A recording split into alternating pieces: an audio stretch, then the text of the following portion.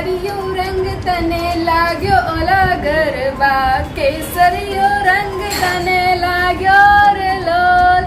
જી હા, નવરાત્રી સ્પેશિયલમાં હું વૈશાલી પવારું આપ સૌનું સ્વાગત કરું છું.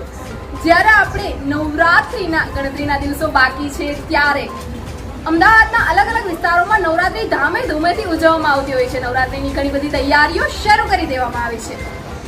જેમ અલગ અલગ દેશોમાં અલગ અલગ તહેવારોનું મહત્વ હોય છે, અલગ અલગ રાજ્યોમાં અલગ અલગ તહેવારો મનાવવામાં આવતા હોય છે, તેમ ગુજરાતના ગરબા જગત વિખ્યાત છે અને નવરાત્રીનો પર્વ એટલે ઉપાસના અને ઉપવાસનું પર્વ કહેવામાં આવે છે. તો નવરાત્રીના પર્વને આપણે સેલિબ્રેટ કરવા જઈ રહ્યા છીએ ત્યારે આપણે જઈશું ઉર્મિલાબેન કોઠારીના ઘરે, જે વૈષ્ણોદેવી સર્કલ નજીક આવેલા ગાલા હેવન સોસાયટીમાં રહે છે અને એનો મુખ્ય હેતુ છે વેસ્ટમાંથી બેસ્ટ બનાવવું.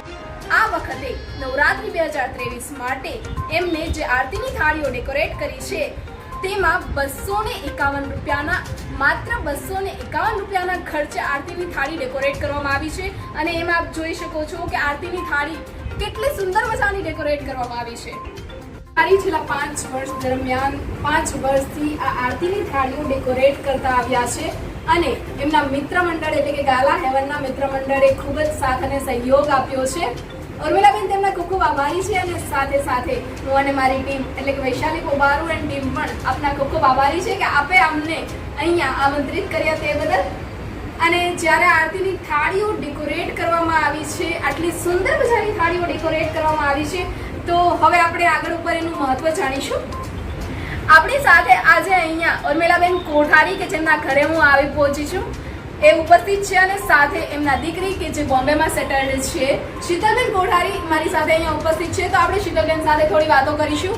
આ નવરાત્રીની આરતીની થાળીઓ ડેકોરેશન કરવાનો વિચાર તમારા મમ્મીના મગજમાં કઈ રીતે આવ્યો?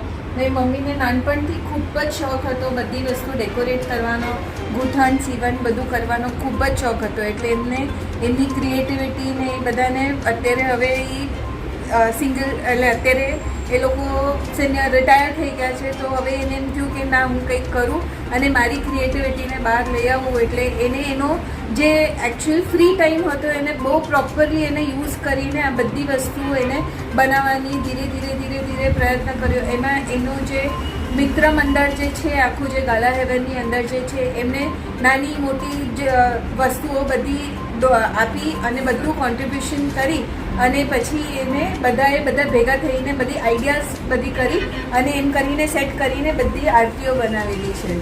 આ ટોટલ કેટલી આરતીઓ? 28 આરતી છે. કેટલા વર્ષોથી તમે ડેકોરેટ કરી રહ્યા છો? 5 વર્ષથી અહીંયા અમદાવાદમાં આવ્યા પછી 5 વર્ષથી અમે કરી રહ્યા છે. પણ બાકી દરેક નોરતે અમે જ્યારે અમારી તરફનો પ્રસાદ હોય કે કાંઈ પણ હોય તો ત્યારે અમે એટલીસ્ટ મિનિમમ ડેકોરેશન તો અમે અમારી તરફથી કરીને એક થાળી તો લઈ જ જતા હોઈએ છીએ. શું વાત છે!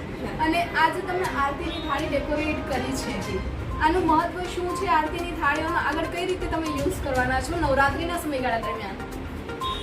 નવરાત્રિના સમય દરમિયાન તો બધી જે છે એ અલગ અલગ જે મિત્ર મંડળમાં જે બધા છે એ દરેક બધા યુઝ કરશે. ત્યાં આરતીમાં નીચે બધા લઈ જશે અને જ્યારે આરતી થશે ત્યારે દરેક આરતી યુઝ થશે ત્યાં આગળ અને પ્રોપરલી એવી રીતે બધા દરેક કોન્સેપ્ટ અલગ લઈને બનાવેલા છે.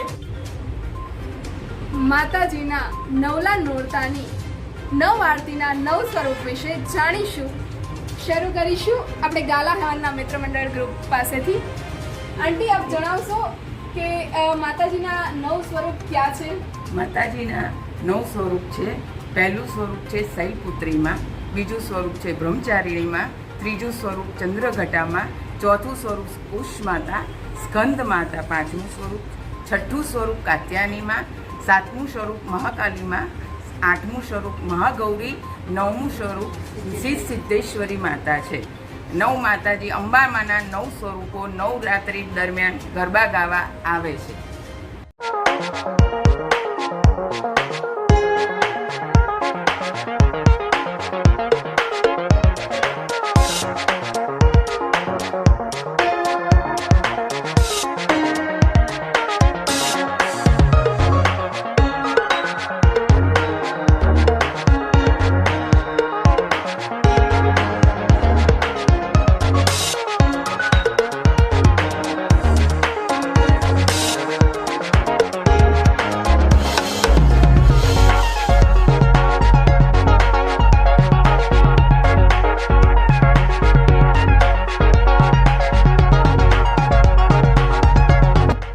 आपको सच से रूबरू कराएंगे, क्योंकि हम हैं गुजरात प्लस न्यूज।